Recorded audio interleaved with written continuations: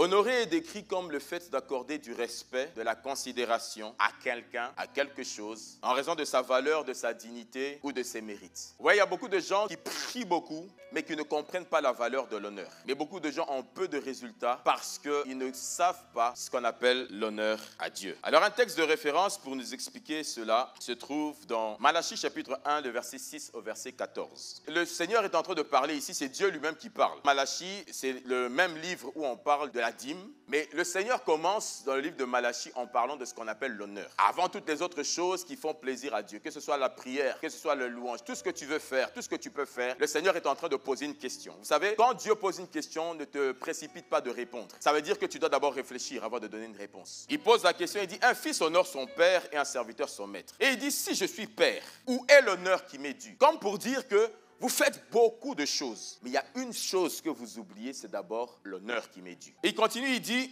qui méprisait mon nom et qui dit, en quoi avons-nous méprisé ton nom? Ça, c'est maintenant l'homme qui pose la question. Mais nous t'avons méprisé où? Et le Seigneur répond, vous offrez sur mon autel des aliments impurs et vous dites, en quoi t'avons-nous profané? C'est en disant, la table de l'Éternel est méprisable. Il dit, quand vous offrez en sacrifice une bête aveugle, n'est-ce pas mal? Quand vous en offrez une boiteuse ou infirme, n'est-ce pas mal? Et il dit, offre-la donc à ton gouverneur, offre-la donc à ton bourgmestre, offre-la donc à ton patron, à ton directeur. Il pose la question, te recevra-t-il bien? Te fera-t-il bon accueil, dit l'Éternel des armées? Et au verset 10, il dit, lequel de vous fermera les portes pour que vous n'allumiez pas en vain le feu sur mon autel? Je ne prends aucun plaisir en vous, dit l'Éternel des armées, et les offrandes de votre main ne me sont point agréables. Et au verset 11, il dit, car depuis le lever du soleil jusqu'à son couchant, mon nom est grand parmi les nations. Et en tout lieu où on brûle de l'encens en l'honneur de mon nom, et on présente des offrandes pures, car grand est mon nom parmi les nations, dit l'Éternel des armées. Il est en train d'expliquer, mais vous ne m'honorez pas parce que vous ne savez pas qui je suis. Vous savez, honorer, ce n'est pas seulement par des biens. Honorer, c'est par une attitude de cœur. Même quand tu viens au culte le dimanche matin, comment tu viens au culte? Est-ce que tu viens à l'heure ou tu ne viens pas à l'heure? Il dit, mais essaie de donner à ton directeur, essaie de donner à ton patron, à ton boss, ce que tu me donnes. S'il agrée, ok, on peut considérer également que tu me le donnes. Mais s'il ne t'agrée pas, à combien plus forte raison, moi je ne vais pas l'agréer. Vous savez, le Seigneur dit que lorsqu'on vient dans sa maison, en fait, c'est une sainte convocation. C'est dans Exode chapitre 12 au verset 16. Et quand Dieu te convoque, Dieu maintenant regarde comment tu réponds à la convocation. Est-ce que quand le roi des Belges dit, rendez-vous lundi à 9h du matin, tu seras devant le roi des Belges? Comment tu auras fait, on ne sait pas. Mais pourquoi tu t'es rendu disponible? Parce que c'est une personnalité qui t'a invité. Lorsque ton directeur, le boss, celui qui supervise tout l'Europe, te convoque, même s'il y avait grève de bus, grève de tram, grève de taxi, tu seras là à 8h devant le bureau. Vrai ou faux? On ne sait pas par quel phénomène, mais tu vas te débrouiller. Pourquoi? Parce que la dimension de la personne qui te convoque détermine les actes que tu vas faire. Et Dieu maintenant est en train de poser la question, il dit, mais vous ne vous rendez pas compte, je ne suis pas un chef de service, je ne suis pas un directeur, je ne suis pas ton directeur, je ne suis pas ton patron. Je suis celui qui s'appelle le monarque de l'univers. Il dit, grand est mon nom parmi les nations. En d'autres termes, tu ne peux pas m'égaler avec les gens que tu honores. Rien que ça nous disqualifie. Voilà pourquoi Jésus, lorsqu'il va donner le template de la prière, il dit, quand vous priez, il y a une chose qui est en premier. Il dit, notre Père qui est aux cieux, que ton nom soit sanctifié, que ton nom soit mis à part. Donc quand tu veux commencer la prière, il dit, souviens-toi d'une chose, c'est que le nom de Dieu, le nom du Seigneur doit être sanctifié, mis à part. Voilà pourquoi certains, tu pries beaucoup, mais ce qui te disqualifie, c'est quoi? Tu n'as pas sanctifié le nom du Seigneur. Tu es là devant tes réseaux sociaux, il y a une blague sur le sang de Jésus. Toi aussi tu rigoles.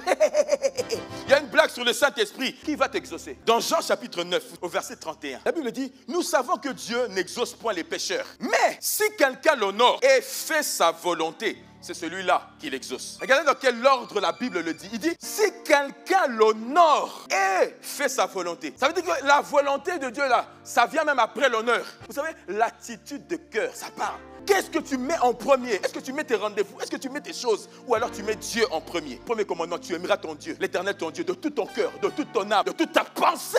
Et ensuite tu aimeras ton prochain comme toi-même. Et quand tu aimes le Seigneur de toute ta force, de toute ta pensée, mon ami, tu l'honores. Voilà, cette génération, on se réveille et on est directement dans les réseaux sociaux. Alors que le Seigneur lui-même se décrit comme un Dieu jaloux. Ça veut dire tout ce que tu mets avant lui, il est jaloux de cette chose. Honorer. Rien que la manière, le retard, ça montre si tu honores ou pas. Même la propreté. Il y a des gens, ta maison est propre. Quand il y a saleté dans la maison de Dieu, tu dis c'est pas grave. Mais chez toi, c'est propre. Tu n'as pas honoré Dieu. C'est le secret de David. Il était un grand roi. Il s'est arrêté un jour. Il a dit au prophète Nathan, l'âge de Dieu est sous des tentes. Et moi, je vis dans une villa.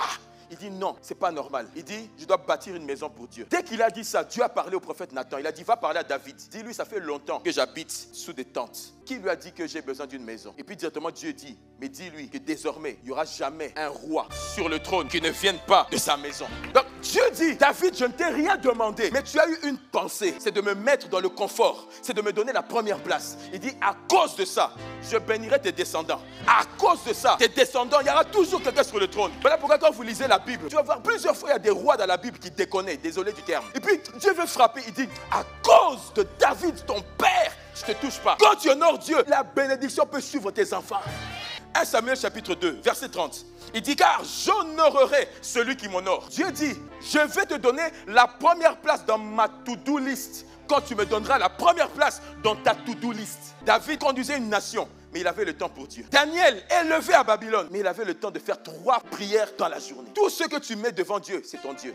Celui qui reçoit Dieu en qualité de Dieu reçoit une récompense divine. Il y a des hommes qui ont prié avec Dieu. Honore-les. Quand tu les honores, tu honores le Dieu qui les a appelés et qui les a envoyés. Laisse-moi te donner pour terminer 2 types de bénédictions. Le premier type de bénédiction que j'ai appelé la bénédiction par le principe. Celui qui honore les principes divins, mon ami, tout ce que tu respectes comme principe, tu vas recevoir en retour. Mais ce principe ne concerne pas que les chrétiens. C'est un principe universel. Ce que tu sèmes, c'est ce que tu moissonnes. Mais il y a un autre type de bénédiction qui est supérieur. C'est ce que j'appelle la bénédiction par le cœur touché. Il y a un niveau d'honneur que tu donnes à Dieu qui touche Dieu. Là, ce n'est plus le principe qui te répond, c'est un cœur touché qui te répond. La force de l'honneur quand tu honores Dieu, c'est que Dieu te donne ce que tu n'as pas demandé. Parce que tu lui donnes la première place, il te donne ce que tu ne demandes pas. Regardez, dans le cas de Salomon, il a fait un temple magnifique et puis il va offrir 1000 holocaustes à Dieu. La Bible dit, Dieu lui a apparu en vision la même nuit. Dieu lui dit, demande-moi ce que tu veux. Il a dit, Seigneur, moi je veux la sagesse pour conduire ton peuple. Il dit, ok, je te donne la sagesse, je te donne la richesse. Il n'avait jamais demandé la richesse. Dans Luc chapitre 6, verset 38, la Bible dit, on vous mesurera avec la mesure dont vous vous serez servi.